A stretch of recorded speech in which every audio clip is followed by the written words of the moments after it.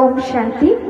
আমরা এতক্ষণ শুনলাম যে ধর্ম কি, আর এখন আমরা জানবো যে আমরা জানলাম যে আমরা সবাই কি চাই, জীবনে শান্তি চাই, তাই তো?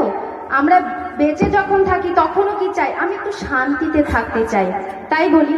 আবার যখন কেউ মারা যায় তার তখনই সাথে সাথে আমরা কি বলি? সেই আত্মার শান্তি কামনা করি।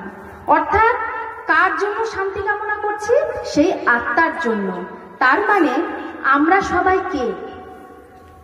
আমরা যখন একজন হিন্দু মারা যায় তখনও তার শরীরটা সেই শ্মশানে নিয়ে যাওয়া হয়। যখন একজন মুসলমানও মৃত্যু হয় তার শরীরটা সমাধিস্থ করা হয়। তার মানে এই বিনাশী দেহকে নিয়েই আমরা এত ঝগড়াঝাটি করছি, কিন্তু আসলে তো আমরা এই বিনাশী দেহ না। না আমরা হিন্দু, না আমরা মুসলিম, না আমরা খ্রিস্টান, না জৈন, আমরা সবাই আত্মা, মানব আত্মা, তাই তো? এখানে আমরা সবাই কারা বসে আছি? আত্মা, আত্মা, আত্মীয়। আমরা বলি বসুদেব কুটুম্বকম, পুরো বিশ্ব আমার পরিবার। কি করে হচ্ছে পরিবার? কারণ সবকা মালিক এক হ্যায়। আমরা সব আত্মারা সেই এক পরমপিতা পরমাত্মা, যাকে আমরা গড বলি, ঈশ্বর বলি, খুদা বলি, আল্লাহ বলি, তার সন্তান। কেন তাকে আমরা খুদা বলি? কারণ সে নিজে খুদ এসে নিজের পরিচয় দেয়, তাই তার আরেক নাম খুদা। কেউ বলছে গড, অর্থাৎ সে জেনারেট করছে, অপারেট করছে, আর এই খারাপ জিনিসের ডিস্ট্রয় করছে, বিনাশ করছে, আর নতুন সত্যযুগী দুনিয়া, যেটাকে আমরা জান্নাত বলি, বহিস্ত বলি, সেইটা স্থাপনা করছে। আর সেই স্বর্গে, সেই জান্নাতে কিরকম আমরা থাকি? সেখানে আমরা সব আত্মারা ভাই ভাইয়ের মতো থাকি। অর্থাৎ আমরা সবাই প্রেম ভরে থাকি, স্নেহপূর্বক থাকি, যেখানে আমাদের মধ্যে কোনো ভেদাভেদ থাকে না। কেন? কারণ সেখানে আমরা কেউ নিজেকে দেহ ভাবি না। কি ভাবি? আমরা সবাই আত্মা, আত্মা, আত্মীয়। সবকা মালিক এক হ্যায়। তাই আমরা বলি হিন্দু, মুসলিম, শিখ, ঈসাই, আমরা সব ভাই ভাই। কারণ আমরা কার সন্তান?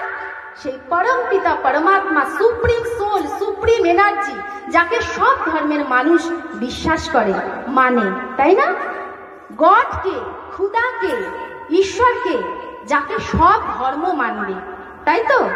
যিনি অজমি হবে, যিনি অজন্মা হবে, যার কোনো জন্ম মৃত্যু হবে না, যার কোনো শরীর থাকবে না, যে নিরাকার, সেই আত্মা, তাকেই হচ্ছে আমরা বলি সুপ্রিম সোল। আমরা সবাই সোল, আত্মা। আমাদের পিতা পরম পিতা পরমাত্মা, নিরাকার জ্যোতির বিন্দু, যার কোনো শরীর নেই, যাকে আমরা উঠতে, বসতে, চলতে, ফিরতে স্মরণ করতে পারি, আর সেই সুপ্রিম এনার্জি থেকে আমরা শক্তি নিতে পারি, তাই তো? তাহলে সেই সুপ্রিম এনার্জি তো কোনো এক ধর্মের জন্য না, সবার জন্য। হিন্দুও ডাকছে হে ভগবান বলে ওপরে, মুসলমান ভাইও ডাকছে হে খুদা বলে ওপরে, নূর বলছে, নূর মানে কি? জ্যোতি।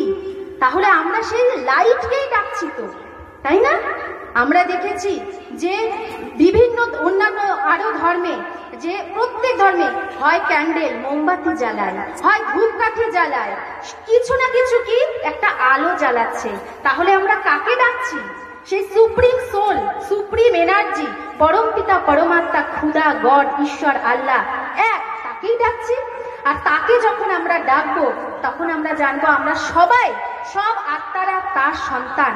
তাহলে আমরা কেন এই দেহের ধর্ম, যেগুলো আমরা তৈরি করেছি, হিন্দু, মুসলমান, জৈন, খ্রিস্টান, আমরা সবাই আত্মা, আত্মা, ভাই ভাই, এই ধর্মে যখন আমরা থাকবো দেখবো সবার প্রতি আমাদের ভালোবাসা, স্নেহ, প্রেম ভরে যাচ্ছে। তাই আমরা এখন 1 সেকেন্ড, বেশি না, আমি মানে অল্প একটু, 1 সেকেন্ড বলবো না, আমি 30 সেকেন্ডের জন্য একটু সেই পরমাত্মাকে ডেকে, আমরা এইখানে যতজন আছি আমরা 30 সেকেন্ডের জন্য তাকে স্মরণ করব, ঠিক আছে? তো সবার প্রথমে আমরা জানি, আমরা তিলক করি, টিপ পরি, সব কোথায় প্রণাম করি, শ্রদ্ধা জানাই, সব এইখানে। বা বলি আজকে কপালের জোরে বেঁচে গেলাম, আজকে কপালটাই আমার খারাপ, বারবার কেন কপালে হাত দিই? কারণ এখানেই থাকে আত্মা, এইখানে থেকে পুরো শরীরকে চালায়, যাকে আমরা রুহ বলি, আত্মা বলি, সোল বলি। তাহলে সেই আত্মিক স্থিতিতে আমরা এখন থাকবো।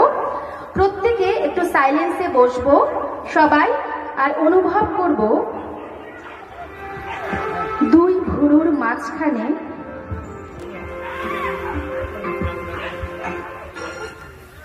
আমি একটা চৈতন্য শক্তি,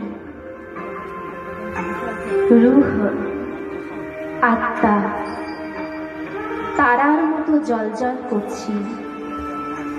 আমি আত্মা, অজর, অমর, অবিনাশী। আমার পিতা, পরম পিতা পরমাত্মা, নিরাকার জ্যোতি, সুপ্রিম সোল। সে নিরাকার, তার কোনো শরীর নেই। তার থেকে শান্তি আর শক্তির কিরণ আমি আত্মার মধ্যে আসছে, দুই ভুরুর মাঝখানে। আমি অনেক শান্তির অনুভব করছি, শান্তির সাগরের কিরণে। আর আমার অঙ্গে অঙ্গে সেই শান্তি ছড়িয়ে পড়ছে। আমার চারদিকে সেই শান্তির কিরণ সমস্ত আত্মার কাছে যাচ্ছে, সবাই শান্তির অনুভব করছে।